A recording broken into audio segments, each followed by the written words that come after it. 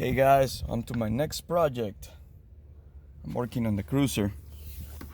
I just took these out, these rubber seals.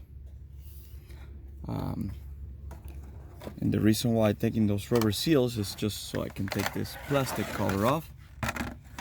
This plastic cover pretty much covers the seat belts. And the reason why I'm doing that is because that right there is my next project, to rebuild the seat belts. That and that right there. So found a place online that if you take them out, ship them to them, they re-web them, reseal them, recertify them. I think it's like 65 bucks each.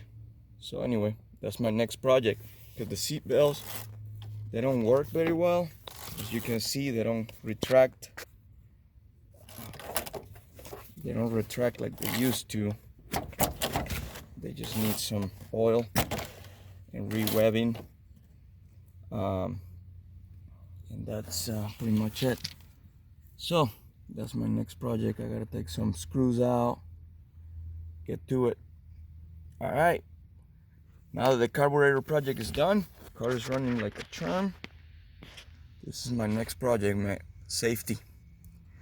So after this is done, then my next projects will be lights. All right.